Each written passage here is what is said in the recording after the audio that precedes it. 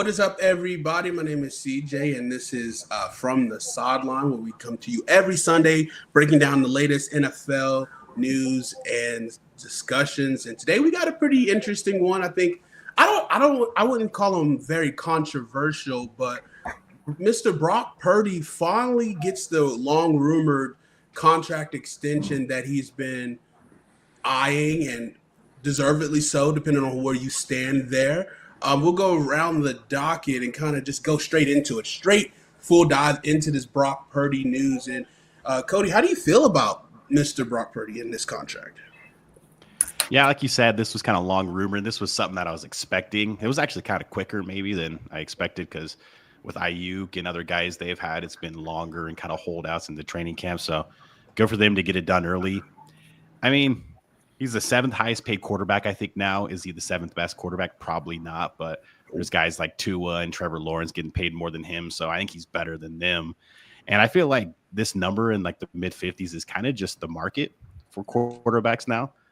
So you're just going to have to expect some of these quarterbacks, even if you don't think they're elite quarterbacks, making 55, close to 60 million a year. So wasn't too shocked that he got that big of a contract, but now it just kind of puts a target on his back and more pressure for him to go out and perform. Josh? Well, yeah, I agree. It's kind of the market now, kind of supply and demand. It's kind of crazy to get to that point because I don't know, a handful of years ago, we thought like 50s, like what the heck? I'll see elite, awesome all-time quarterback pair here. Clearly a run to the Super Bowl, but now just kind of like almost just the average. Seems like just the average goal rate for an average quarterback and whatnot. Is that fair to say? Since you help them bring to the playoffs here and there, I don't know about that. He's definitely gonna have a lot of pressure trying to justify that contract. Now you got Kittle getting a little bit older. McCaffrey is constantly injured or whatnot, so that little escape route to dump off to him is kind of out the window. The backup to that, Jordan Mason being gone, is out the window too. And you got Deebo Samuel's gone out here, gone to Commanders. Who knows what's going to turn out to with Ayuk. So he's going to have to essentially, with that big bag of cash, he's going to have a big bag of pressure too to try to justify with lack of weapons, in my opinion. Okay. Jackson, what do you think? Yeah, I like where he landed. You know, there are players that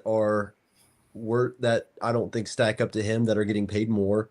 But he's not a top 5 quarterback. It seems like every time a quarterback gets paid, they're the next highest paid quarterback in the league. And I was fearful that would happen with Brock Purdy. And so the Niners were at least smart in saving a little bit of dough to hopefully put something around him. It's really hard to argue that he deserved less than that just because that's like what we said. It's the going rate for a quarterback. He was due for a new contract. He's played starting level football. I think they'll still regret it. They don't have the weapons around him. I don't think he'll perform at the same level. He had a lot of insurance with, Kittle, Ayuk, Samuel, McCaffrey, just a ton of stars around him. And with those numbers dwindling every second, with them losing some new piece of talent, we'll see. I don't exactly recall where they went in the draft as far as if they got any young weapons around him that can build with him. But I think that Kittle's value goes up, obviously. But other than that, it might be a regretful contract decision for the Niners. I don't know if you guys saw I don't know if it was a TikTok or what, but someone made note of the trends in the Niners QB room over the last, 50 years. And how there's a quarterback that would lead their team to the Super Bowl, inevitably fall short. And then whether it's 1, 2, 3 years down the road, he would get a huge payday. And in that contract, in that year after the contract is negotiated upon and signed, some new star-studded quarterback would come up and actually take the position, right? So we saw this with Kaepernick taking over for Alex Smith. We saw this with Brock Purdy taking over for Garoppolo, which is the only slightly different piece of the trend. And I mean, it went all the way back into I want to say the 70s. And so I'll have to find the link and send it to you guys a separate time. But some might say that. So I don't know who Brock's backup is, but maybe the QB room has someone dangerous they don't know about. I think it's Mac Jones, so I think he's probably safe. Yeah, never mind. Get old McCorkle.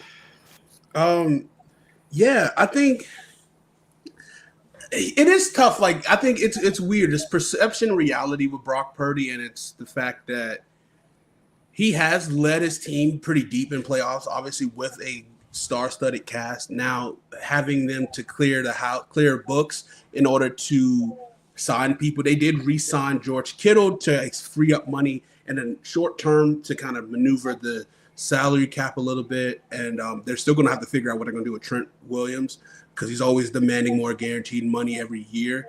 There is rumors that I just saw that Fred Warner is going to break records with this new contract extension that is allegedly rumored to be happening within the next week or so. So which again, it's funny because it's like, people's like, how can you pay all these people? But a lot of times when you're able to extend people, you alleviate money in the short term. And then you just kind of have to, figure it out throughout the next few years when you most likely will have less people on the books, so they'd be like your first people on those books, obviously a couple years down the line. But do you feel like Brock Purdy and the pressure for this team, like, do you think that the 49ers have more pressure to do well this year, or do they get a pass this coming year knowing that they have kind of done a bit of a rebuild? Josh, you can kind of take it first. Me personally, I give them a pass. Will the rest of their passionate fan base give them a pass because they're so used to having a winning record and or getting the playoffs just in general? So willing to take that potential step back to maybe go 500. You can't go 500 no more. To just being a modest team and just hopefully they don't embarrass themselves, I think is a realistic expectation one to have. You expect no big flashy plays to happen and Kill doing a bunch of these and whatnot and everything like that. All this can be, I think, rather tamed, in my opinion. And Thunder Thighs Purdy is going to have to, figure it out and have to take a big boatload. He might have to take like a Josh Allen-esque approach and kind of carry the team on his back a lot due to lack of weapons and young athletes around him to help support him. Jackson? Yeah, I don't know that there's too much pressure on them to go back to the playoffs, considering that they weren't there last year, right? They had a rougher year last year. Obviously, injuries were abundant, but the roster that they had last year that was out there on the field competing is similar to the roster. Josh, I just realized that's a cup that threw me off there for a second. My bad. Drinking out of a football. That's pretty cool, though. Yeah, helps out in Vegas. Yeah, I don't think that there's too much pressure. I view them with the same expectations to improve, because I don't think that they're fully committed to the tank yet. It's unfortunately that kind of purgatory that a lot of teams place themselves in when they have a great quarterback. They can't just let go of the quarterback because the fan base would be livid, but they don't really have the capital to continue to build a huge roster around him. I think that their fan base should realistically expect them to improve, go somewhere around the 500 ballpark, and if they luck out and then the division has a bad year and they make it, that's fantastic. But I don't think they're looking at winning the division or anything like that. I have similar expectations for my Florida State Seminoles to come back from one of the worst seasons I've ever seen. I'm not expecting us to be a playoff team again. I would just say, win some games, go to a good bowl game, and hopefully compete there. I don't see any reason why fans would expect either team to make such a large jump from a poor season to a great one. Yeah, I don't know about I want to say like a full-on tank, but what the Vikings GM worded as a competitive rebuild. There you go. We should look at it. Yeah. Cody? Yeah, I'm kind of with both Jackson and Josh. I didn't have high expectations for the Niners even before this contract happened, but I did see their schedule drop this past week, and they have statistically, according to last year's records, one of the easier schedules going into the season. So maybe that helps a little bit. I still think they could be a 9-10 win team. I think the Rams kind of will win that division, but I still think they can be a 9-10 win team and maybe compete for a wild card spot. But yeah, I would say see improvement from Brock Purdy. See him kind of take over the offense and make it his offense instead of just McCaffrey and Kyle Shanahan's offense. See that kind of improvement from him, and him kind of take that next step as a quarterback would be something I would expect to see. But yeah, I think the expectations are still not huge for this team, even though they were in the Super Bowl 2 years ago because of what happened last year. I think that division depends on which Sam Darnold shows up for the Seahawks. 100%. Ooh. Yeah, definitely. Yeah. And what Kyler Murray shows up. Yeah. Yeah, right. Okay, so to your question earlier, Jackson, the 49ers went heavy defense for the first 4 rounds. All defensive line, interior. They tend to. Then they did get Jordan Watkins from Ole Miss, a receiver, and they got Jordan James from Oregon, a running back, in the 5th round. And then, funny enough, they took another swing at a quarterback in the 7th round, Mr. Curtis Rourke, who played all last year with a torn ACL. And then, so their running back room is CMC, Isaac Guerrero, or Guerrero. Super fast out of Louisville. Dude's pretty electric. Jordan James and then Patrick Taylor. So you got Brandon Ayuk, don't know his timetable yet. Juwan Jennings, Ricky Pearsall, who was their first round pick last year. Jacob Cowing, who I really liked last year out of the draft. Demarcus Robinson, Jordan Watkins, who just drafted. And then George Kittle, of course, and then Luke Farrell. And so, yeah, that's kind of their playmakers. Not terrible. So we'll see if Ricky Pearsall can kind of, advance. And then Juwan Jennings and Brock had a pretty nice connection with each other last year. Once he started kind of getting that wide receiver 1 look, once everyone was kind of gone. So we shall see how this offense kind of matures this year, because the NFC West is pretty wide open. So Juwan Jennings is a great wide receiver too. I think he plays the role super well, and he was kind of forced into the wide receiver 1 last year with all the injuries. So Ayuk being there and healthy, of course, I think would be huge for Jennings and Purdy. Yeah. Any updates on him for week 1? Or I haven't heard anything about him in a while. I haven't. It was. I'm trying to think when he tore his ACL. It was ACL, but it was ACL and MCL, right, or something like that. And it was it'll be close. He might start the season on PUP. It'll be close. Yeah. There is a rumor that the Pittsburgh Steelers are looking at or seeing the availability of Chris Olave via trade this offseason. What do you guys feel about that? Jackson, you can go start. Who's going to throw them the ball? I would love to be excited by whatever they throw out, right? When they had Pickens and Metcalf, but then they got rid of Pickens, and I was like, dude, Metcalf's fantasy value could skyrocket. But the question still remains, who is throwing them the ball? Allegedly, via Aaron Rodgers' videographer, that they're set to be an press conference this week for him to officially sign with the Steelers. Allegedly. Via very reliable Twitter sources. Right. Jeez. Yeah, some guy. Is that what we're going with now? Yeah. It's the best thing. That's the best I got. Yeah. I think it'll happen. Yeah. I think it will happen too, but I'm with Jackson. If they get Chris Olave, I can't react really until I see who's quarterback, unless they're just going to roll with Mason Rudolph. I don't know. I love Chris Olave, but man, I want him to get through the season healthy. I want to say he's had 5 concussions since college, and I think this is year 3 for him in the pros, and it's been 1 or 2 every year in the pros. It's been detrimental. I think he was out for the whole season with the nasty concussion. He's explosive. Rodgers isn't afraid to throw a hospital ball either, and that's the problem. Derek Carr will put you in the hospital. Yeah.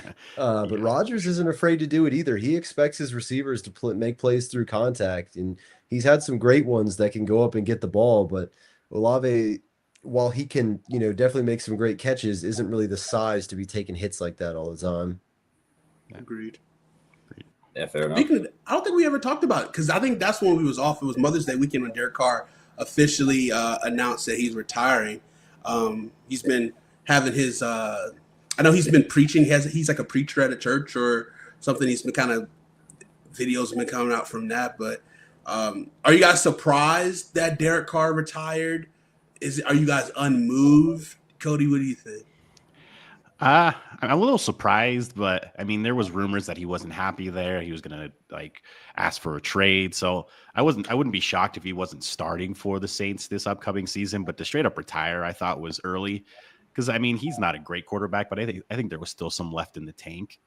But maybe if the Saints knew, they would have went and taken a swing at number 9 in the draft and taken like a Jackson Dart or something like that. Because I mean, they roll with Tyler Shuck and who was the other one they got last year? Spencer Rattler. Yeah, Rattler, and then they got Jake Hayner. Yeah, from Fresno State. Yeah, so I wasn't shocked that he retired, but it was still.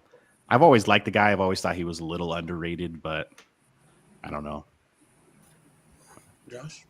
Yeah, I agree. I kind of threw me through a loop at like 17 notifications one saying that Derek Carr retired, and I'm like, hold up, pause. My man's only 34 over here. I mean, I respect the dude's game for what it is. I mean, it's something spectacular, nothing to make you go wow or whatnot, but he was serviceable, average quarterback in today's day and age. Quarterback gameplay, that's all you can ask for, and kind of hope for the best. Do I still hate that he plays for the Saints? It kind of taints my judgment because, Bounty Gate back in 2009. But outside of that, no, I don't know. I was kind of shocked by it. I think it's too early. I think he still has plenty left in the tank and whatnot. I think maybe just the mental aspect of it. I think he's kind of tapped out. Jackson? Definitely. Yeah. I've always had kind of a sweet spot for Derek Carr.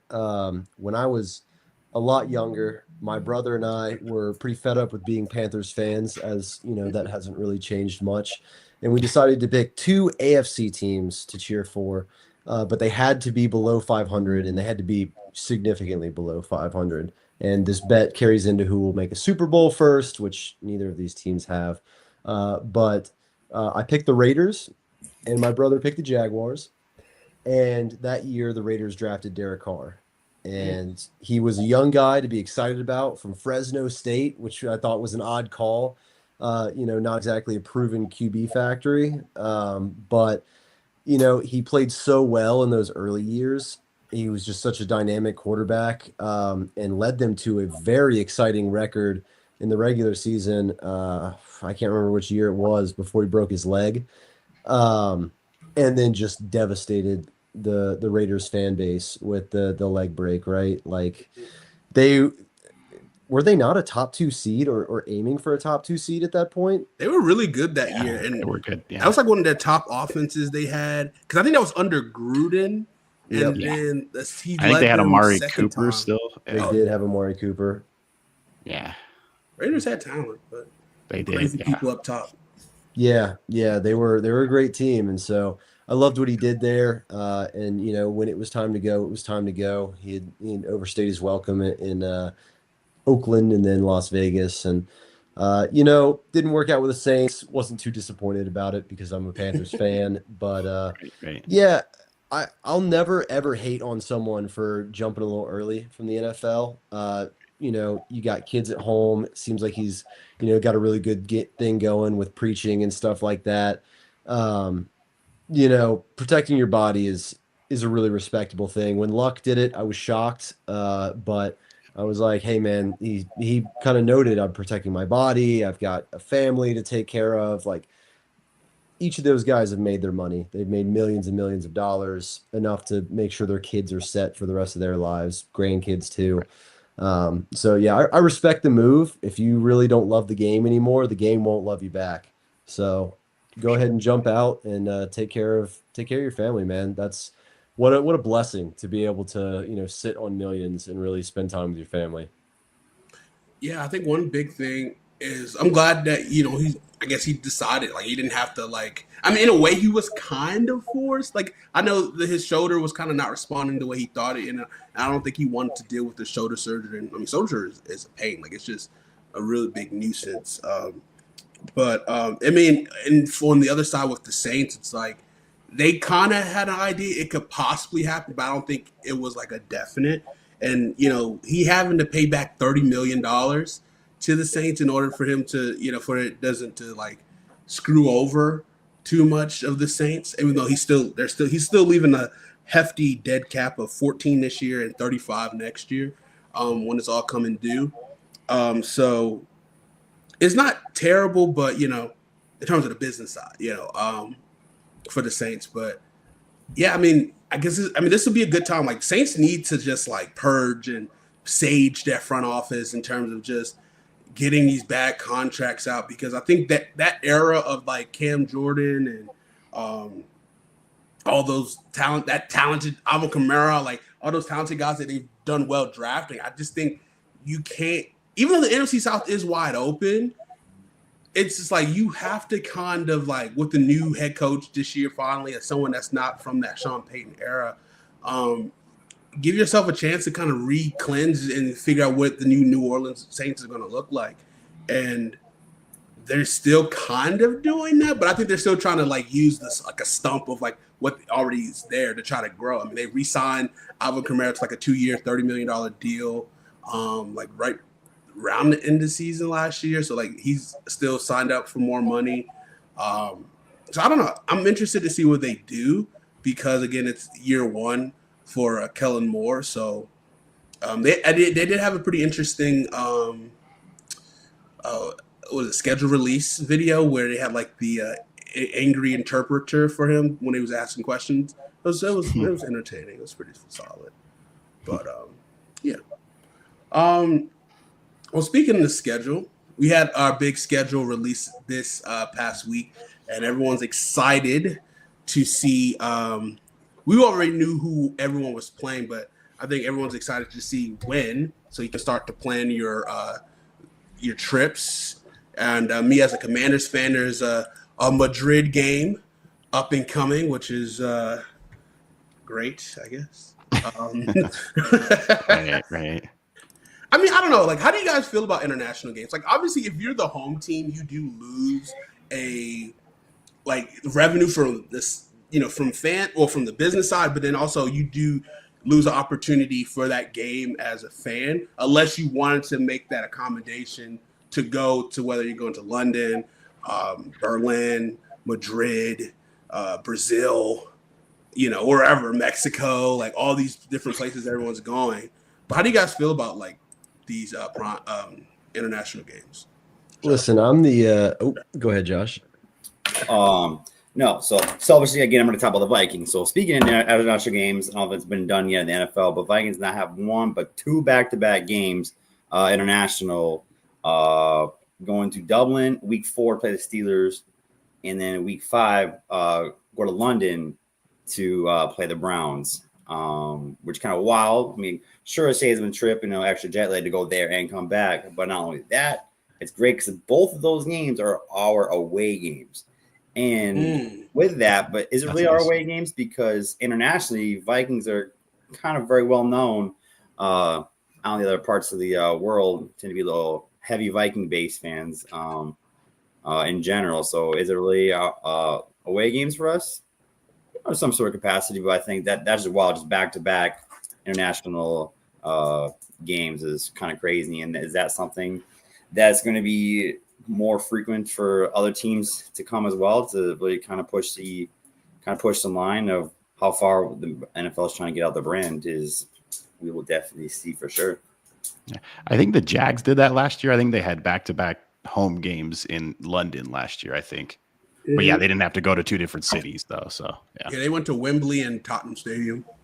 Yeah, there we go. Yeah, Jackson. Yeah, I was gonna say I'm the luckiest man in the world. I've got a pretty pretty cool gig going on. My girlfriend is a flight attendant for Delta, and so Nice. not to self dox too much, but I get to fly for free given the perks with the company. It's sick. It's standby, so you're at the mercy of the skies. If there's not space on the plane, you can't get on it. I would go to any international game if my team was good. And Right. my team is not playing an international game this year, thankfully, because they're not good. I like the idea, but it's from a very distorted point of view because I have the access, right? The amount of money that it should take to pay for flights, then hotels, stuff like that. It's a lot for a fan. So your team's got to be pretty dominant. And we don't always send our best teams out there. No offense, Josh. Always the Jags. The Jags, I think, play like 2 games a year internationally. The Khan family owns Wembley Stadium, so that would explain it. Okay. Yeah. Okay.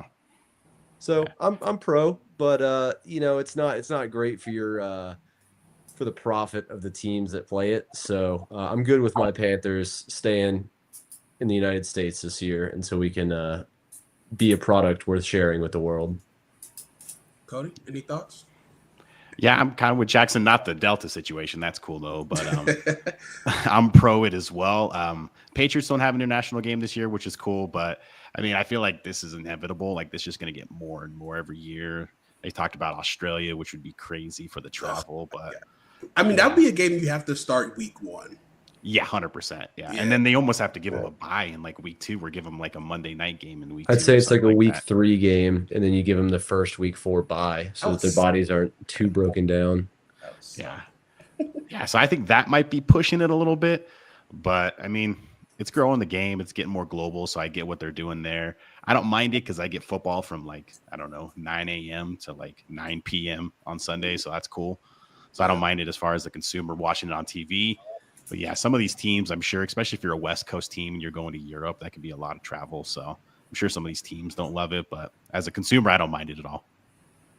Yeah, I mean, well, if you're a West Coast fan, I mean, you already getting football from 9 to 8 o'clock or whatever, and then now with the international games, you're getting from 6 a.m. So you kind of, I mean, and you get to watch all the football and still be a reasonable hour at the end of Sunday Night Football and do whatever you need to do. I hate the West Coast. Just a little biased, but this is I guess the first time the Commanders have played a game internationally. I think since we played the Bears in London a while ago. It was a few years ago. I think it was Jay Gruden era, actually. Now thinking about it.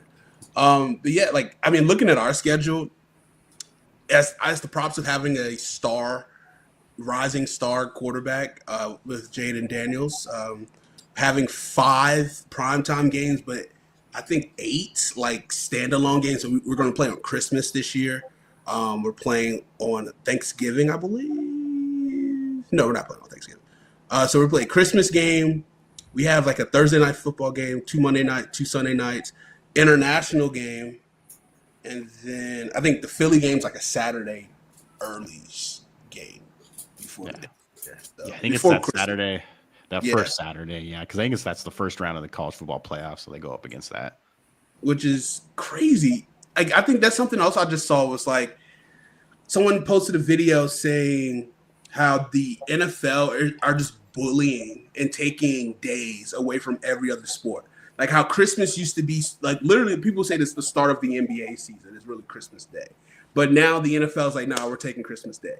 And then with having the games the same first weekend of the college football playoff, now they got this brand new 12-game college football playoff that's supposed to be more exciting, even though first round last year stunk and a bunch of blowouts. But now, the NFL's no, we're taking this too. So it's what else are the NFL going to try to take that are from other leagues that they can just hey, we're going to dominate this and this is going to be ours. So. Speaking of holiday games and whatnot and crazy games coming up, again, selfishly to tell the Vikings here, we also got a Christmas game against who we got. Let's see here, against the Lions, so that should be fun. Another late in the season seeding on the line again, and who's going to take the NFC North. But also we got the revenge game of Sam Darnold and the Seahawks coming up. So Vikings letting him walk and him going to sign there, and Vikings playing at Seahawks. I don't know why they never come here to play. It's we're always at Seahawks. I don't understand that conspiracy. I need to talk to their golf buddies. But then you got Commanders fan, who also thought was pretty cool, is Caleb Williams versus Jane Daniels. They're a little, pick 1 and pick 2 match and see who's trying to come out on top and which one was the better pick. And then I also think the Eagles and Packers rematch coming up. Now with the healthy Jordan Love, I think something to keep an eye out for as well. Healthy Jordan Love, what is that going to do? I mean, he's a receiver to play with this time, and before he went down, the Eagles, were starting to walk away with that game. And Packers had the capability to kind of handle that game as well, but now I got that speedy receiver to throw in the mix as well. I mean, is it going to make a huge difference? I don't know, but I think it'd be a little more compelling. I think Packers might have a little chip on their shoulder. Might surprise some people. That's coming from a Vikings. Packers are always a good I say, team. yeah, Vikings fan talking about the Packers that much. I was a little surprised there. Killed me. I'm trying not to be biased. I'm trying to give credit where credit's due because I also hate the Eagles. So I think a lot of people do. Yeah. Especially Eagles fans. I think Eagles fans are just terrible people. They'd be easier to root for if their fans were tolerable. Exactly. that was 100% Same with Dallas. true. I mean, out there winning Super Bowls and eating horse manure. Like, what? What? Don't they have to like put Vaseline or butter on the poles so they don't like climb up them and stuff in the city? It's like, what are we doing here? They do not deserve Super Bowls. People like the Vikings who have not won one deserve them. We're good people. It's about time. We don't eat horse poop and don't like use up our poles. So I'm looking at week 1 and some interesting matchups. We got week 1. So we will have Baltimore at Buffalo to start the year, which would be a lot. Is that the AFC? No, that wasn't the AFC championship. That was the game before the championship game. Yeah. Yes. So you're going. Playoff rematch there. Carolina at Jacksonville, which should be fun. Some will say wide receiver 1 versus wide receiver 2, depending on whoever you want to put there. Right. What about cornerback 1 versus wide receiver 1? Oh, I like that. Okay. Fair enough. Fair enough. See what other looks good. Chicago, Minnesota should be fun. The team that Caleb wanted to play for. And That's true. It's a Monday night game, right? Yeah, it is the Monday night game to start off the year. and that's JJ McCarthy's hometown too. So double it down. Oh, he's from Chicago? Oh, I didn't know that. Okay. That's what my understanding was. Who So says JJ starting? he's starting? Who else is said he's starting? Starting. Who else is in that room? to start? Sam Howell. I guess That's Sam all that Howell matters. could start. Sam Howell could That's all start. that Yeah. matters. Yeah, if JJ gets hurt, sure. Maybe Emergency. he's not good. Stop. We never Stop. thought about that. I'm about to rip Man, off everything off my walls right now in anger. Well, they didn't draft anyone, so I mean, Yeah, I I don't mean know. they I feel could have like had Shador, like right when that hit. everybody they were could have up, had Shador. Like Shador was still on the board, but then they decided to trade with the Seahawks to get Sam. So Right. I'll take a gunslinger. We can work with that. yeah, we shall see. Cincinnati at Cleveland. That should be. I don't know what that should be. To be honest, hopefully this will be Cincinnati starting off the year fast, because I mean that's been their Achilles heel. But will even Trey Hendrickson even be a part of that team? I think that mishandling is just atrocious. A guy who hates speaking out, forced to speak out to like fight back for himself. It's like, bro, just pay me or trade me. It's not that hard. Like, not even talking to him. Like, how can you be like this far in? Obviously, signing T. Higgins to a terrible contract, but I don't know. I really hate the Cincinnati Bengals. Actually, I think I know, just it bothers discovered me. that. Because I like Joe Burrow. And I wish he was not there. He was on another team because that franchise just ran so terribly. It's horrible. And they don't have an actual GM, but the de facto GM, I mean, he's done okay. Right. Their VP has been kind of just like putting her foot in her mouth a lot by saying stuff in the media that's just like, what are we doing here? But anyways, how do you guys feel about Dallas and Philly to start the year? I don't hate it because, I mean, I think they do it on purpose because I don't know if Dallas is going to be very good, but at least in week one, you're going to get the Cowboys fans to watch. So it's probably going to kill on the ratings. I don't think it's going to be very close. I think the spread's already like 7.5. So and it's probably going to grow. Oof. But I guess, I mean, I'll be juiced because it's week one and it's the first game of the season. So I know a lot of NFL fans will feel the same way, but maybe the Cowboys will come out in shock. Maybe Pickens has a big game with CeeDee Lamb out. I don't know, but I feel like it was an easy game for them because they know they're just going to get a ton of ratings because just throw the Cowboys on and you'll get a ton of ratings. And at least it's early in the year. So, they're not going to suck in week one. So you can at least get some ratings then. This is, I can't believe I'm saying this. I'm going to say something nice about the Dallas Cowboys. And I hate the Dallas Cowboys with all my heart. You can still take it back. I think the Eagles are going to start slow. similar to what they did last time they was in the Super Bowl, right?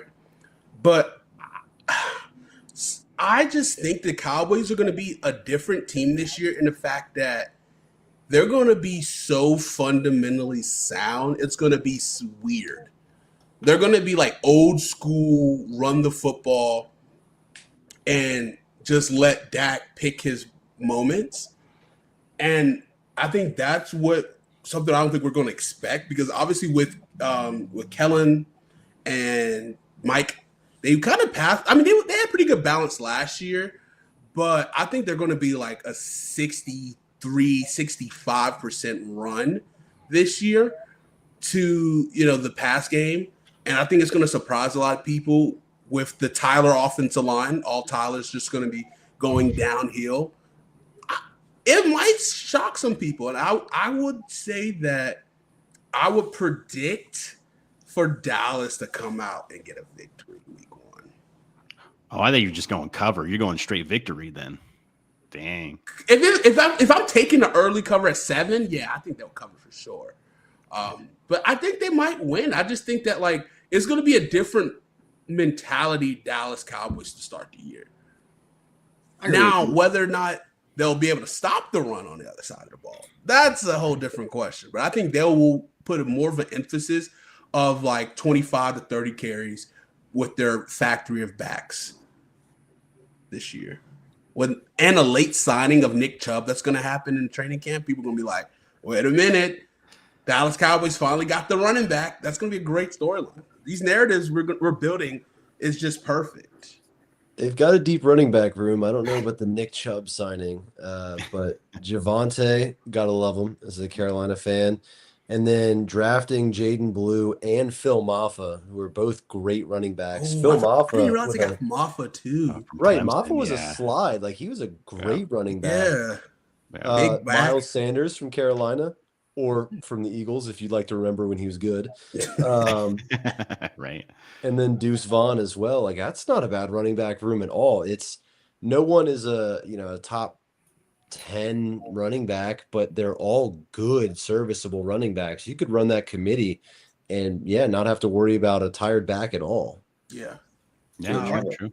They've had a long time to, plan for this week 1 matchup. Obviously not knowing, but, essentially you got a little more time to get healthy because, your team, didn't make it that far versus Eagles, wearing tear long in the season going to the Super Bowl. But yeah, now seeing that the week 1 is up, here comes their division rival. I think they'll hone in. I think they'll give their best shot. I think don't be surprised some trick plays and exotic blitzes and whatnot to help, stop the run and other capacities too. And trying to rough up Jalen Hurts, because if you can rough him up, make him off his game, I think you have a good chance.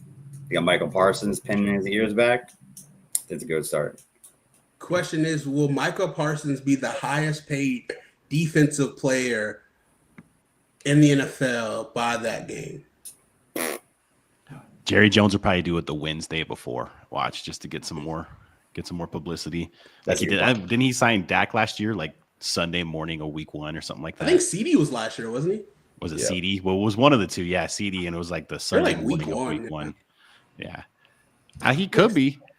I don't know. I don't know if he will be, but if he signs, it probably will be the highest. But does he go over Myles Garrett? That's a pretty big number to jump. I think he goes 41 or 40.1, 100,000 more, just to get him just over that line. Could happen. Here's a fun question for you, Jackson. I'm gonna throw this one to you before we talk about the Patrick Mahomes, Brittany Mahomes, Taylor Swift, and all of them. What will be the story at the end of week 1 between Jacksonville and Carolina? Which one of these stories are more likely? Let me say that. Let's start with that. Trevor Lawrence looks greater than ever, right? Clemson, South Carolina tops. Or Bryce Young is on his way to an MVP caliber season. Whoa. I don't have a lot of faith in Trevor Lawrence, but I have less faith in a Bryce Young MVP caliber season. I think he can take a step up this year, but if his career trajectory is shown as it has, I think he will be a slow progression. He'll be that Kyle Pitts-esque, like one more touchdown every year, you know? Yeah. Hopefully he gets a little better, a little faster than that. Um, you know, I think that the big storyline coming out of that game is going to have to do with the rookies, right? McMillan has not shown ability to make space with DBs in college, so he's probably gonna struggle in the NFL. But I think this is the first look at whether or not Travis Hunter can compete on both sides. I could see him kind of getting exposed and having a really bad game against the Panthers, and starting some narratives about like if that was really a bad call to trade up for that pick. Long term, I think he'll be a great player, like a guy that we'll remember forever. But I could see him having a washy week one as they haven't quite grown comfortable as to how to use him and stuff like that. I don't know if you guys saw the video of him doing the reaction time tester where it's got those little cylinders that drop from the magnets. He did atrocious. I mean, he wasn't catching him. He wasn't reacting in time. It should not say anything about his football prowess, but it's a little fun banter for Panthers fans to be like, oh yeah, we're going to expose him week one. I'm not terribly worried about our opponents this season. The schedule release was nice to see how it breaks down. I like that we kind of get to rip the Band-Aid off with our tough opponents. I think that the only really tough opponents we play are the Packers and who was it? It was the Packers, and you had sent let's see. You got who? Yeah, the Packers and the Bills, and we play them back to back. So Bills is going to be insane in Charlotte because I don't know if you know this, but like there is a Bills mafia in Charlotte, huge. And I didn't realize how big it was, but like there's like there's a Bills bar. Like there's like a couple Bills bars. Like there are Bills themes around here. And I was like, what the heck? And I think the preseason, like last year or 2 years ago, I was like, saw just a sea of Bills Mafia guys, people. Absolutely. Yeah. It feels like growing up, every teacher I had was a Bills fan. Everyone was a transplant from upstate New York. It's insane. I mean, that's going to be one of those games where fans are calling Tepper a disgrace because the stadium is mostly Bills fans, and they'll wear red so that they know they're not Panthers fans, so you can't get the shades of blue confused. Bills Mafia know how to show up and like embarrass your home team. They'll travel big, but they don't even have to travel. There's a heavy Bills Mafia, so it'll be a dusting. They'll beat the snot out of us, and then we'll pick ourselves up by our bootstraps, probably get the mess kicked out of us by Green Bay, and then play a lighter schedule to finish the year. Okay. I'll open up to the room for that question as well. What do you guys think is the more likely headline at the end of the Carolina and Jacksonville game? Trevor or Bryce? I think it's Bryce. Maybe not MVP headline like that far, but I don't know. I think I just have more faith in Bryce to kind of take the next step this year than Trevor to ball out. I'm just kind of out on Trevor Lawrence, to be honest with you. I was all in on him coming out of college and early on in his career, but I haven't really seen much. I know he's kind of had the whole Urban Meyer situation, so he got a pass for his rookie year. But I mean, this is his 5th or 6th year now. So I mean, the passes are gone. So I think if I would have to choose between the two, I'm going with Bryce Young. Maybe you get your new toy McMillan. I know he's not the fastest guy, but he's still 6'4" with a giant wingspan, so you can get the ball up to him. And so maybe you got that and get some momentum. The game's in Charlotte, right? Is a home game for the Panthers? It's in Jacksonville. It's in Jacksonville. Okay. Which is not far. That could also be a home game for the Panthers too if they travel in week one. But I mean, I have more faith in Bryce Young taking the next step this year than Trevor Lawrence kind of looking like he was supposed to look. Josh? I think it's more maybe closer to Trevor Lawrence. I think he's automatically tied to the hip with Hunter. He's gonna try it. I think he's gonna try to force feed him the ball, and I think Hunter will do it best he can to absolutely ball out to help his quarterback. I don't know the dude personally, obviously, but I think a lot of Trevor Lawrence's success will be based on Hunter and vice versa, whatnot. I don't think Hunter will play much DB. I think he'll be strictly receiver for a hot while because it's a different breed of receivers in the NFL versus college. Everybody's very technically sound and whatnot. That perfect timing, everything else in between. You can't get that cue with cornerback. So I think you'd be doing more receiver stuff. I think the headline would be Trevor Lawrence and Hunter, take it to the Panthers and come out with a W that day. I think with a lot of questions of the tight end position in fantasy, right? Because there's always seems to be like the top 3 tight ends, top 5 tight ends, and then after that you just draft a tight end towards the end because you don't know who to pick. There's not a lot of flashy guys. Someone that could be surprising if the Panthers have a good offensive season. I think that Bryce's success relies heavily on the progression of Jatavion Sanders, the tight end out of Texas, right? They have Tommy Tremble as the starting tight end right now. It's because he's a great blocker. He's sorry as a receiver. He's terrible. I loathe every time I see a Tommy Tremble jersey on that football field. He is not good at the whole offensive part of the game.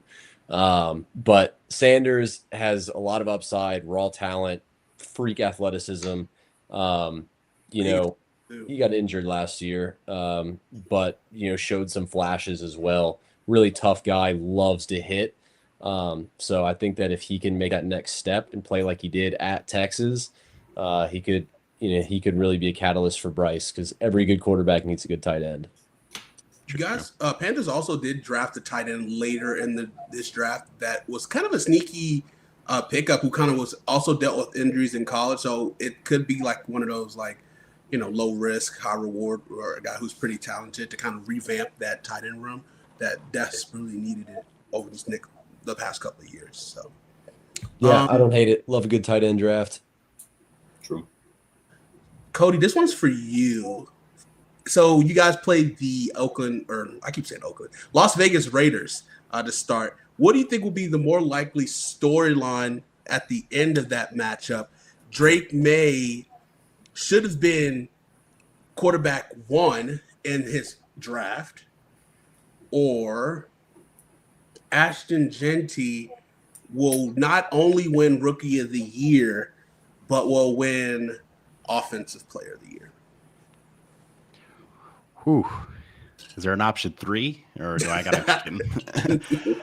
I'm just gonna go homer here. I'm gonna roll. Drake May should have been QB1. He had a great, sophomore year at North Carolina, was neck and neck with Caleb Williams going into that offseason, then kind of struggled a little bit more his junior year and fell behind Jaden Daniels. But as we've talked about on past shows, I'm really hyped about this team. If Kyle Williams can come in and be a guy, if Stephon Diggs is there week 1, then maybe he does look, and it's all signs look like Stephon Diggs is going to be there week 1. So if he's there, then he can maybe look like he should be QB1. Jane Daniels is going to be a hard hurdle to jump because of last year. So I don't know if anybody would be saying that off of one game, but I like how the Patriots schedule set up, especially week 1, get Vegas at home. They got a lot of new parts, new coach, new quarterback, new running back. So I think that's a good matchup for the Patriots to get off to 1-0, but we'll see. But yeah, I'm going to roll with Drake May. Looks like QB1 from the 2024 NFL draft, basically, as the headline. Okay. Josh, what you got? I agree with him, especially with them drafting Will Campbell. Him pretty much saying he's ready to die for his quarterback and whatnot. That is my kind of dude. I'm not even a Patriots fan, but I want to get that dude as a jersey, whatnot, because you can rest your head peacefully every night that you know that this dude is going to back up what he says. And if anybody hits your quarterback late and even a fraction of a second too late, he's going balls to the wall. He's about to let that player know and whatnot. And he's not going to be on the ground very much. I can feel pretty good about that. I think it's definitely the storyline is Drake May will look very well, is what I'll say, thanks to his new toy. Jackson, I know this is a little close to your heart. What do you think? Yeah, I'd love to have a lineman willing to throw a punch for my QB, no matter how short the arms are. But whoa, hey, really connect. Yeah, I mean, I'm gonna be biased and say the Drake May storyline is gonna continue. The only thing I think standing in his way, because I think he's got everything else to continue to make that progression. Only thing standing in the way is I don't think the receiver room is exciting enough. He's got a group of dependable tight ends in Hooper and Hunter Henry and even Jaheim Bell, who played at Florida State when they were undefeated, which is a necessary clause there because it was the good Florida State. He's got some good tight ends, which is very exciting. And like I said, very good for a young quarterback.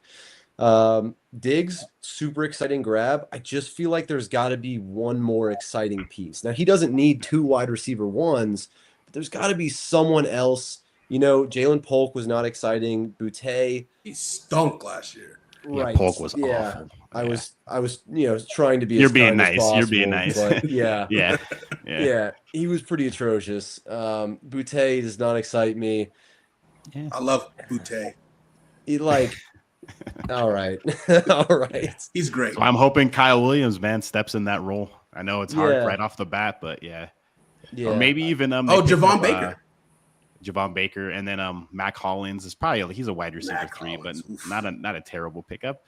He's gonna show up, in bare feet and see what he can do. Carolina connection. Maybe it's meant to be. There's There still you go. some receivers out there. I mean, Amari Cooper is still available. Keenan Allen. Gabe Davis, Keenan Allen. I could really see, any of those guys, but Keenan Allen or Amari Cooper at this point in their career, maybe saying that, Stephon Diggs is not what he used to be either, Right. but Diggs is a little bit less likely to take the wide receiver 2 role gracefully. But I could see either Keenan Allen or Cooper saying like, hey, I could be a really good, 1A, 1B kind of guy with Diggs and playing well in a system that I think would complement their play style. Both are big physical receivers. Diggs plays more physical than his size is, but he's a great outside receiver. I'd be really excited to see them get one of those weapons. If even if they're not looking to use them as a workhorse that they were used in past systems when they were younger. Okay. All right, Josh, I got one for you. Bet. Let's see. Let's go Minnesota. So we got Minnesota at Chicago, which is great. It's going to be electric, right? So what is the more likely storyline? Ben Johnson is a hack? Or why is JJ McCarthy starting? Oh, jeez. Damn. My guy. Listen, Let's switch it up a little bit. McCarthy's starting because he's a dog, all right? My man knows how to win. That's all he knows how to do and what he's going to do, especially with the weapons around him. Are you kidding me? You got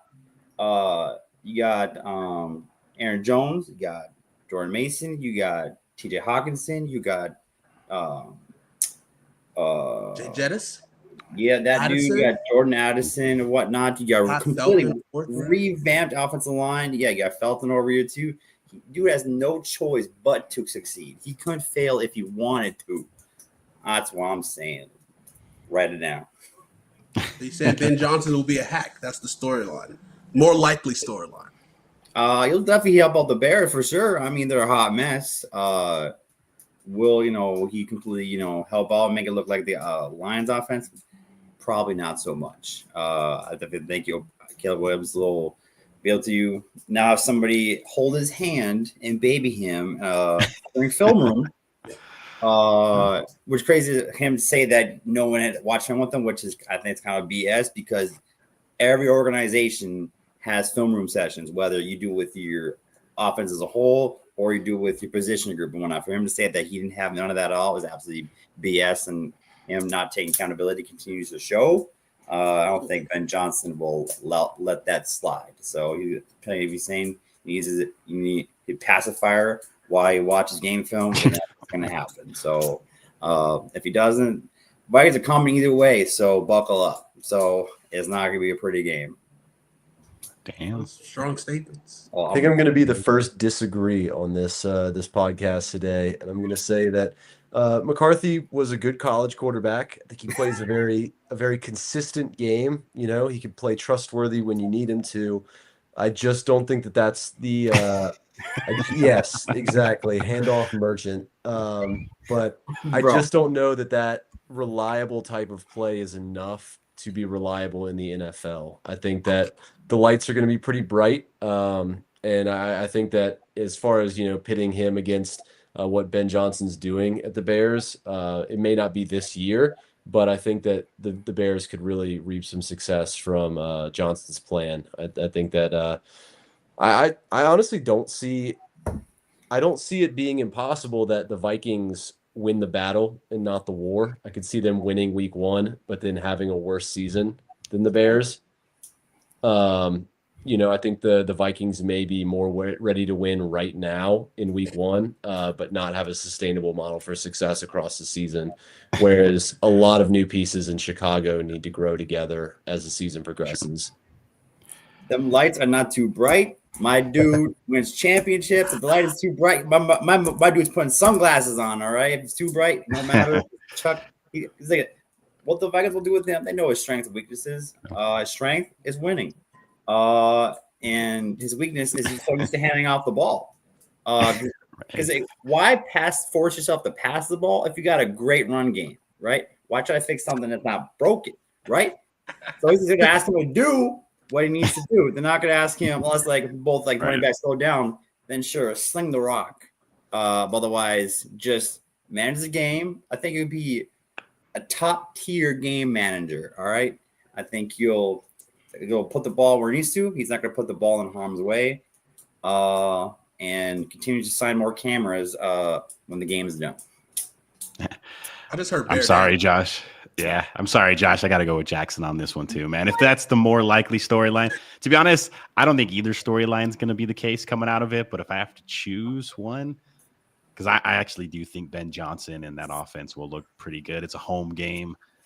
I wasn't just like they said, handoff merchant. I mean, national title, but I think there's 23 guys that were drafted from that team in the last 2 years. So pretty stacked team.